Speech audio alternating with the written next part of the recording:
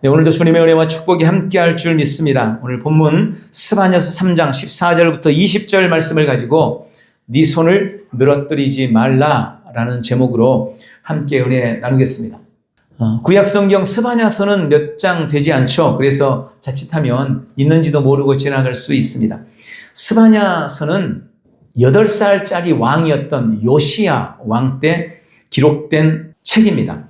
이 요시야는 이스라엘의 역사상 가장 패역했던 두 왕, 므낫세와 아몬 왕을 이어서 왕이 되었습니다. 므낫세도 너무 악했고 아몬 왕도 너무 악했습니다. 그들은 폭정을 했고 하나님을 배역했습니다. 그렇게 두 왕이 거치고 나서 8살짜리 아이가 왕이 되었습니다. 그러니 그 당시 이스라엘의 상황이 얼마나 비참했을지 우리가 쉽게 상상해 볼 수 있습니다. 스바냐는 히스기야, 유명한 히스기야의 증손주입니다. 그러니까 왕족인 거죠. 이 스바냐라는 말의 뜻은, 이름의 뜻은 하나님께서 숨겨주신 자라는 의미입니다. 스바냐는 하나님이 숨겨놓으셨어요. 악한 때를 위해서 하나님께서 숨겨놓으셨던 사람, 바로 스바냐입니다. 그리고 그런 악한 세대에 스바냐 선지자를 통해서 하나님께서 예언하셨고 하나님의 뜻을 전달하는 일을 감당했습니다. 하나님은 당시 상류계층, 특별히 왕족이었던 스바냐가 예루살렘의 실상을 누구보다도 더 잘 알고 있다는 것을 알았어요. 여러분, 차 밑에 천민은 상류계층에서 어떤 일이 일어나는지 알 수가 없죠. 그저 자신들이 힘들고 어려운 상황밖에 모를 겁니다. 그러나 스바냐는 왕족이었기 때문에 당시 귀족들이, 당시 왕과 나라의 정치자들, 위정자들, 또 당시의 기득권자들이었던 제사장들이나 이런 사람들이 얼마나 타락했는지를 눈으로 똑똑히 목도했던 사람이었습니다. 그래서 그가 그런 상황들을 보면서 3장 1절부터 5절에 보니까 이스라엘의 상황에 대해서 이렇게 기록했습니다. 예루살렘은 패역하고 더러운 곳이 되었다. 백성 중에 하나님을 의뢰하는 자가 없고 하나님께 나아가는 자도 없다. 나라의 관리들은 사리사욕을 채우느라 사자처럼 부르짖고 재판장들은 굶주린 저녁 이리와 같다. 하나님의 뜻을 전해야 하는 선지자들조차 경솔하고 간사하고 제사를 드리는 제사장들도 성소를 더럽히고 율법을 범하는도다. 왕도, 지도자들도, 제사장들도, 선지자들도 완전히 타락했고 패역했다는 것입니다. 이러한 정치적인, 도덕적인, 종교적인 타락상 앞에서 이방 민족들, 이스라엘의 주변 나라들은 2장에 보니까 특히 모압과 암몬 자손들은 그런 이스라엘을 조롱하고 비방하고 수치를 주고 있었습니다. 이런 상황이 계속되면서 그나마 신앙의 명맥을 유지해 오던 뜻있던 사람들도 이제 점점 힘을 잃고 낙심하게 되고 손을 늘어뜨리게 되는, 낙심할 수밖에 없는 그런 지경이 되고 말았던 것입니다. 그런 배경 아래서 주님이 스바냐를 통해서 오늘 말씀을 주십니다. 요즘 우리나라 상황도 너무너무 어렵고 힘들죠. 저는 요즘 거의 뉴스를 안 봅니다. 보는 게 겁이 나고 또 보고 있으면 너무 민망한 생각이 들어요.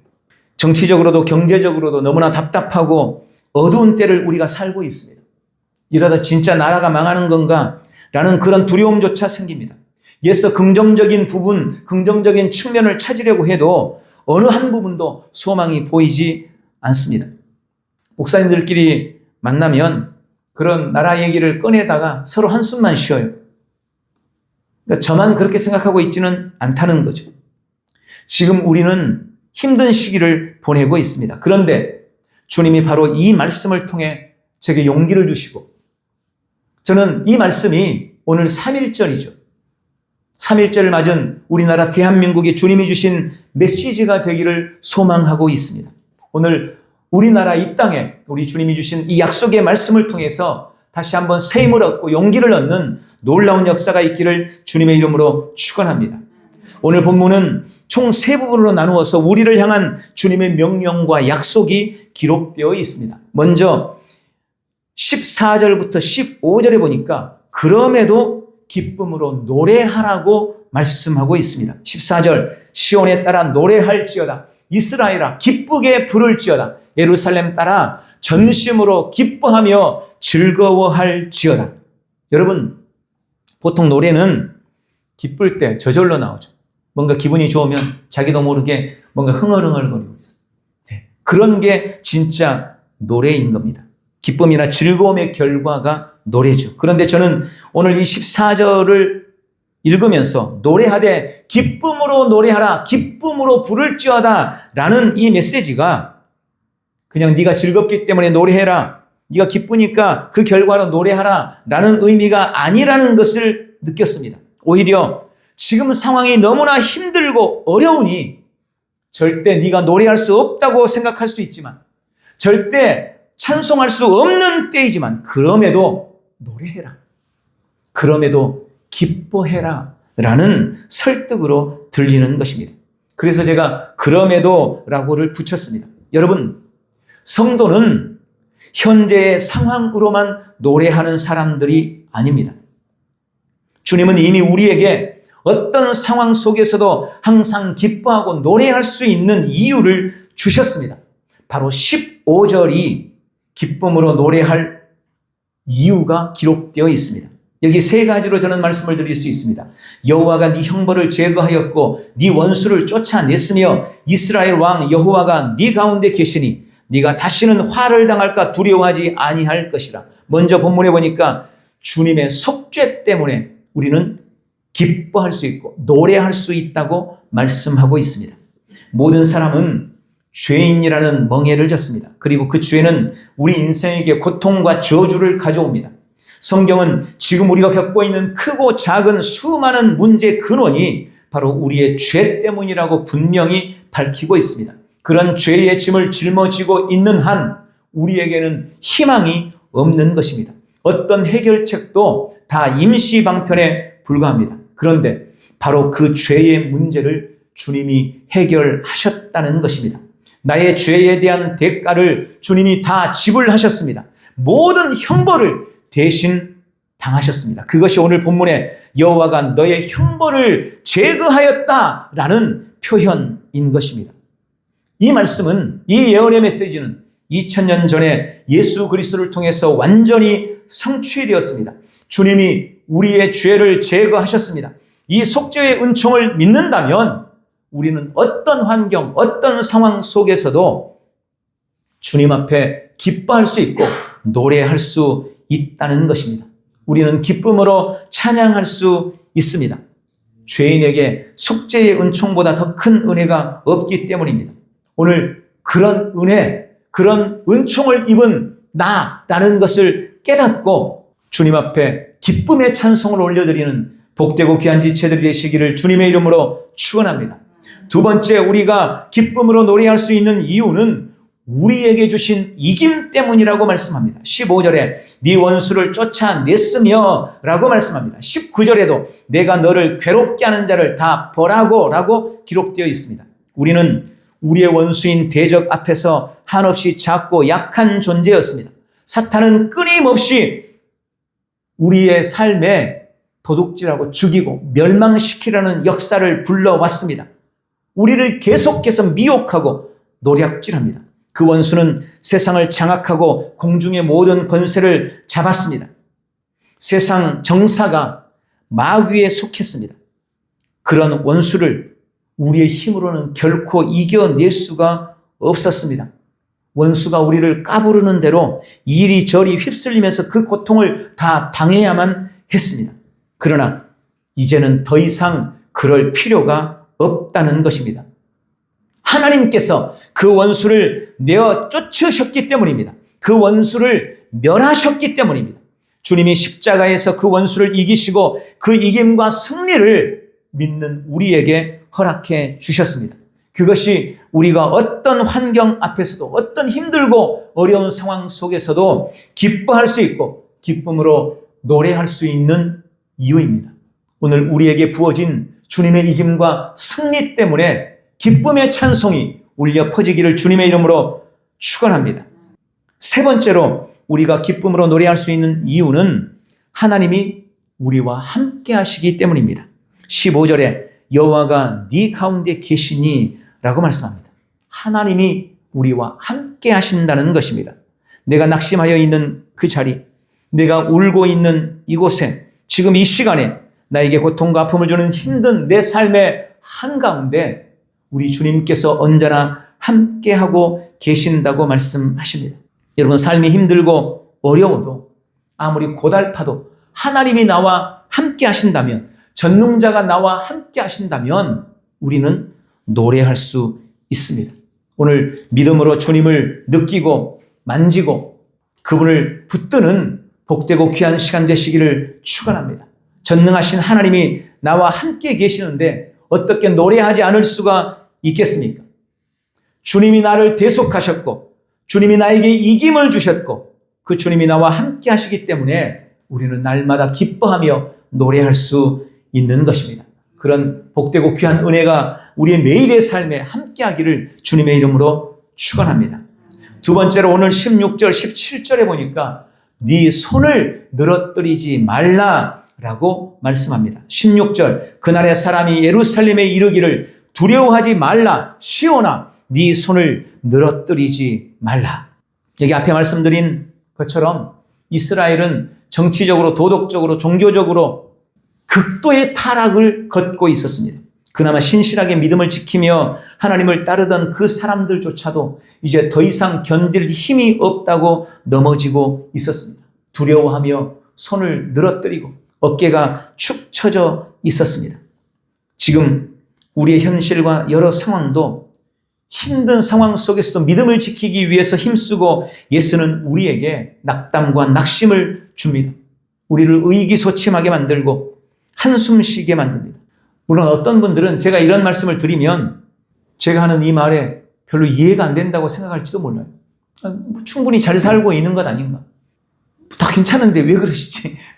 이렇게 생각할 수 있습니다. 그러나 저는 아무리 생각해봐도 우리나라 대한민국이 건국되고 나서 지금처럼 교회가 위기였던 때가 있을까라는 생각이 듭니다.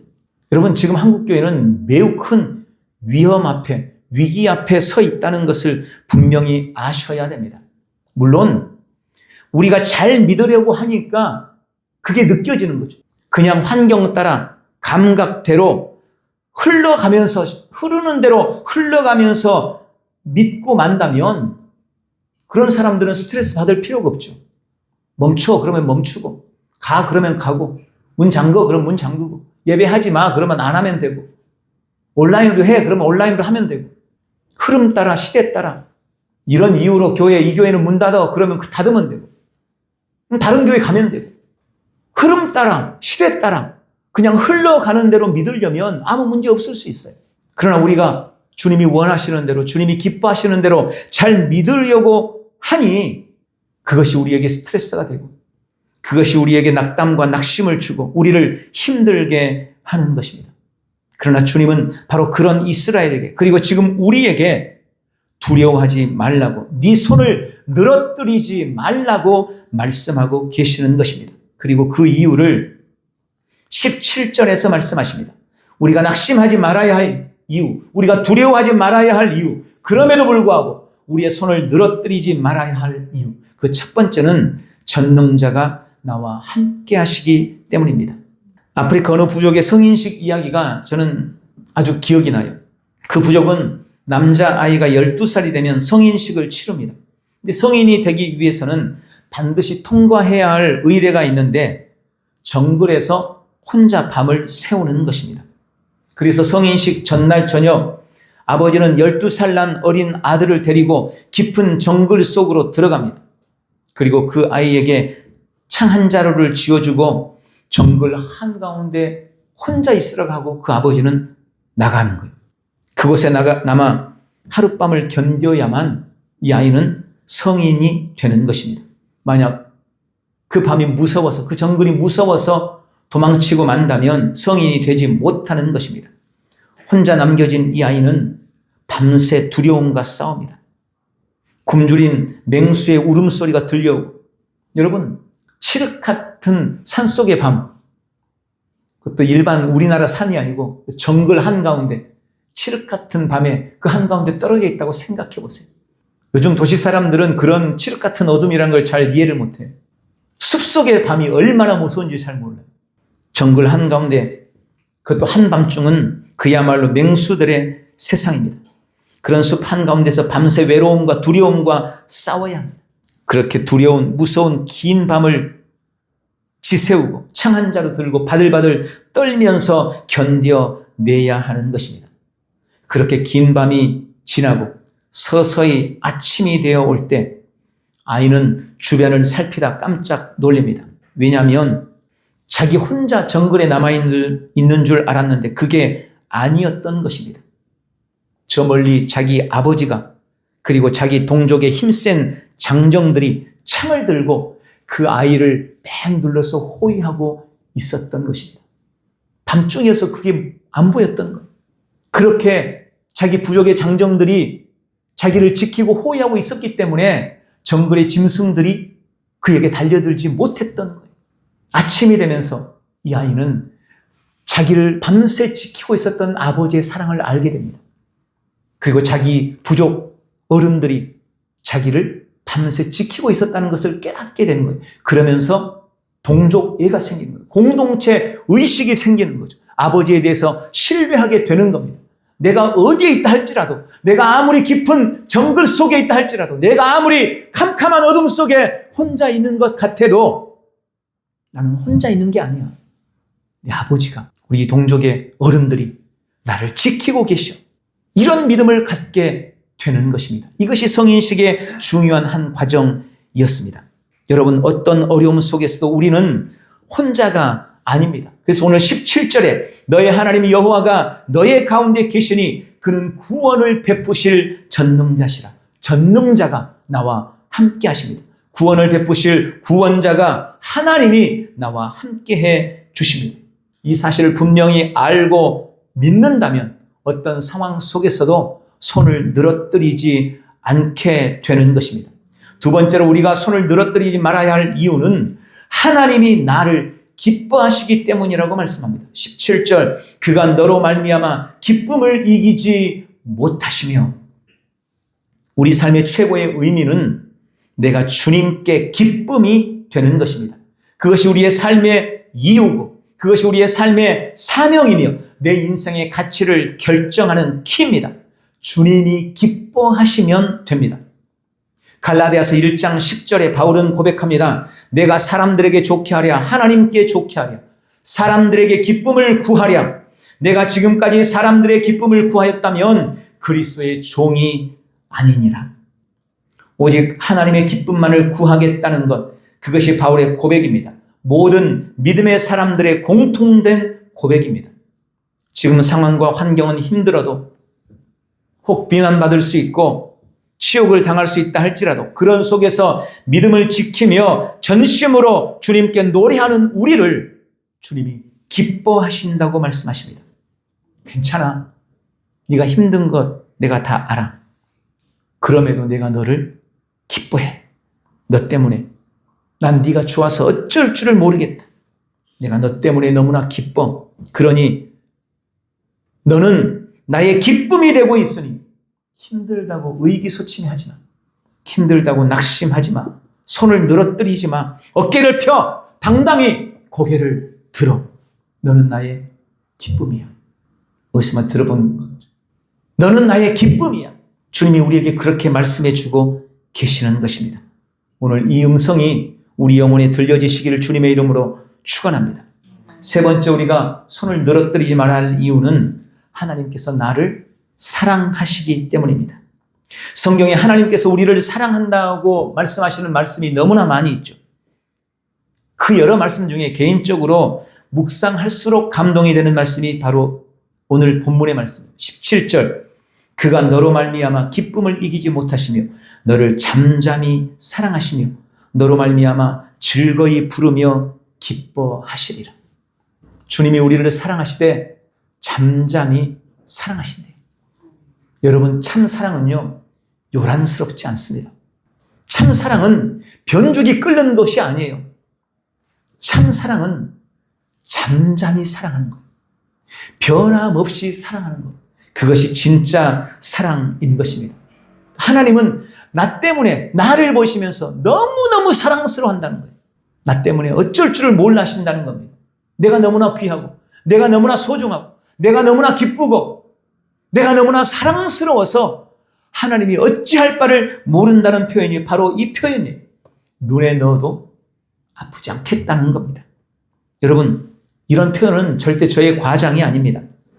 이사야서 49장 16절, 내가 너를 내 손바닥에 새겼다. 신명기 32장 10절, 호위하시고 보호하시며 자기 눈동자같이 지키셨도다. 여러분이 자녀가 너무 사랑스럽다고 여러분 손바닥에다가 새겨 놓을 수 있겠어요? 주님은 우리를 그렇게 사랑하신다는 거예요. 자신의 손바닥에, 왜 손바닥일까요? 다른 곳에 새겨놓으면 잘 안 보이니까. 허벅다리에 새겨놓으면 허벅다리 옷을 벗어야만 보이잖아요. 등허리에 새겨놓은 사람도 종종 있다 그러는데 등허리에 새겨놓으면 내가 안 보이잖아요. 손바닥에 새겨놨기 때문에 항상 주님 눈에 보이는 거예요. 이게 저의 과장이 아니에요. 성경이 그렇게 말씀하시는 거죠. 내가 너를 눈동자같이 지키신다. 여러분, 눈동자는 내가 지켜야지 이런다고 지켜지는 게 아니에요. 그냥 그냥 자동이에요, 자동. 무의식적으로. 그렇죠? 뭐가 들어오면 눈을 감아버려, 얼른. 그래서 눈동자를 보호하는 거예요. 주님이 우리를 그렇게 보호하신다는 거예요. 그래, 네가 이쁘니까 내가 보호해주고, 너 잘못했으니까 내가 안 보호. 이게 아니에요.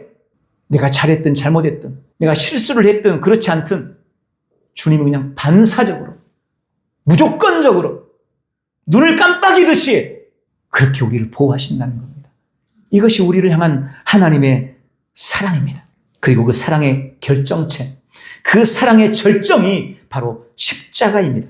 로마서 5장 8절, 우리가 아직 죄인 되었을 때에 그리스도께서 우리를 위하여 죽으심으로 하나님께서 우리에게 대한 자기의 사랑을 확증하셨느니라. 아들을 죽이시면서 우리에게 대한 주님의 사랑을 확증하셨습니다. 우리는 다 하나님 아버지의 사랑의 핵폭탄을 맞은 사람들입니다. 그 어마어마한 사랑, 상상할 수 없는 그 엄청난 사랑이 지금 나를 향해서 쏟아지고 있는데 우리가 어떻게 낙심할 수가 있겠습니까? 어떻게 우리의 손을 떨어뜨리고 어깨가 축 처져서 의기소침하게 있을 수 있겠습니까? 마지막 네 번째, 왜 우리가 손을 늘어뜨리지 말아야 되는가? 손을 늘어뜨리지 말라고 말씀하신 분이 하나님 아버지이시기 때문에 그렇습니다. 그렇게 말씀하신 분이 주님이세요. 20절에 그 모든 말씀을 하시고 주님이 그렇게 말씀합니다. 나 여호와의 말이니라. 여러분, 코올릭의 어린 아이의 말이 아닙니다. 옆집 아저씨가 한 말이 아니에요. 천지 만물을 지으신, 천지 만물의 주인이신, 온 우주 만물을 창조하신 전능하신 여호와 하나님의 말씀입니다. 세상의 권력자의 말에도 권위가 있습니다. 그런데 온 우주 만물의 창조자, 온 우주 만물의 주인이신 여호와 하나님께서 말씀하신 겁니다. 그분이 명령하신 겁니다. 네 손을 늘어뜨리지 마, 낙심하지 마, 두려워하지 마, 포기하지 마. 하나님이 지금 나에게 그렇게 명령하고 계시는 거예요. 그런데 그럼에도 주님은 그렇게 말씀하셔도 아니요, 난 낙심할 거예요. 난 포기할래요. 난 그냥 힘든 채로 이대로 살게 냅두세요. 하나님의 말씀에 그렇게 반응하시겠습니까? 오늘 주님의 우리를 향한 네 손을 늘어뜨리지 마라, 두려워하지 마라 라는 이 말씀 앞에 아멘, 네 주님 그러겠습니다. 이렇게 반응하는 복된 지체들이 되시기를 주님의 이름으로 축원합니다. 마지막 세 번째로 19절 20절에 낙심을 이긴 자가 누릴 은혜에 대해서 말씀합니다. 낙심될 수밖에 없고 손을 늘어뜨릴 수밖에 없는 암담한 상황과 현실 속에서도 주님의 약속과 말씀을 따라 기쁨으로 노래하고 손을 늘어뜨리지 않고 포기하지 않고 소망을 잃지 않는 사람, 소망을 향하여 믿음의 발걸음을 내딛는 그 사람에게 하신 주님의 약속의 은혜가 오늘 19절 20절입니다. 그때에 내가 너를 괴롭게 하는 자들을 다 벌하고 저는 자를 구원하며 쫓겨난 자를 모으며 온 세상에서 수욕받는 자에게 칭찬과 명성을 얻게 하리라. 내가 그때에 너희를 이끌고 그때에 너희를 모을지라. 내가 너희 목전에서 너희의 사로잡힘을 돌이킬 때에 너희에게 천하 만민 가운데서 명성과 칭찬을 얻게 하리라. 명성과 칭찬을 얻게 하리라. 여호와의 말이니라. 본문에 세 가지를 약속하셨습니다. 첫 번째, 원한을 풀어주신다는 겁니다. 나를 괴롭게 하는 자들의 벌하시고 인생의 억울함을 풀어주신다고 말씀합니다. 여러분, 주님은 보응하시는 주님이시고 신원하시는 하나님이십니다. 지금 세상의 득세함에 의기소침하지 마십시오. 그들의 비난과 조롱에 낙심하지 마십시오. 갚아주실 주님을 믿고 끝까지 선한 싸움을 싸우시기를 주님의 이름으로 축원합니다. 두 번째, 주님은 회복시켜 주시는 분이십니다. 모든 사로잡힘을 돌이켜 주시고 무너진 것을 회복시키십니다. 손해본 것을 다 채워주십니다. 우리의 예배를 회복시키실 것이고 우리의 관계를 회복시키실 것이고 우리의 상황도 회복시키실 것입니다. 눈물을 웃음으로, 한숨을 기쁨으로, 노래로 바꾸어 주실 것입니다. 마지막 세 번째로, 그분은 칭찬과 명성을 얻게 하시는 분이십니다. 우리의 수욕과 온갖 모욕에 낙심하지 않을 때 주님이 우리를 높여주시고 상을 주십니다. 비난은 칭찬이 될 것입니다. 우리는 명성을 얻게 될 것입니다. 교회는 주님의 것입니다. 세상의 조롱거리가 되도록 그냥 두지 않으십니다. 나는 주님의 것입니다.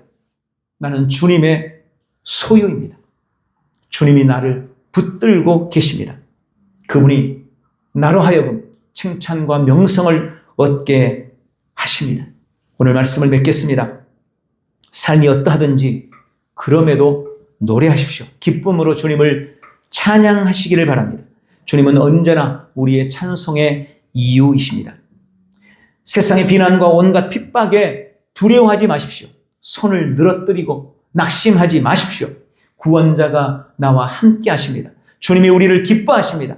주님의 그 놀라운 사랑으로 주님이 지금 나를 사랑하고 계십니다. 낙심하지 말라고 주님이 지금 명령하고 계십니다. 낙심하지 않음으로 말미암은 은혜의 약속을 온 삶에서 누리십시오. 주님은 우리의 원한을 풀어주시고 모든 것을 회복시키시며 칭찬과 명성을 얻게 하십니다. 오늘 이 약속의 말씀을 믿음으로 붙들고 힘차게 일어나는 복되고 귀한 지체들이 다 되시기를 예수님의 이름으로 축원합니다. 기도하겠습니다. 사랑하는 아버지, 매일의 삶에서 기쁨으로 노래할 수 있게 하시니 감사합니다. 나를 위한 그리스도의 대속과 믿음이 주는 이김과 언제나 나와 함께 하시는 주님의 임재를 찬양합니다. 주님, 나는 낙심하기를 거절합니다. 나는 결코 손을 늘어뜨리지 않을 것입니다. 주님이 나를 기뻐하시고 나를 사랑하시며 언제나 함께 하시기 때문입니다. 오늘도 나는 나를 신원하시고 회복시키시며 영원히 칭찬과 명성을 얻게 하시는 주님으로 인해 기쁨과 찬송과 감사를 드립니다. 예수님의 이름으로 기도하옵나이다. 아멘.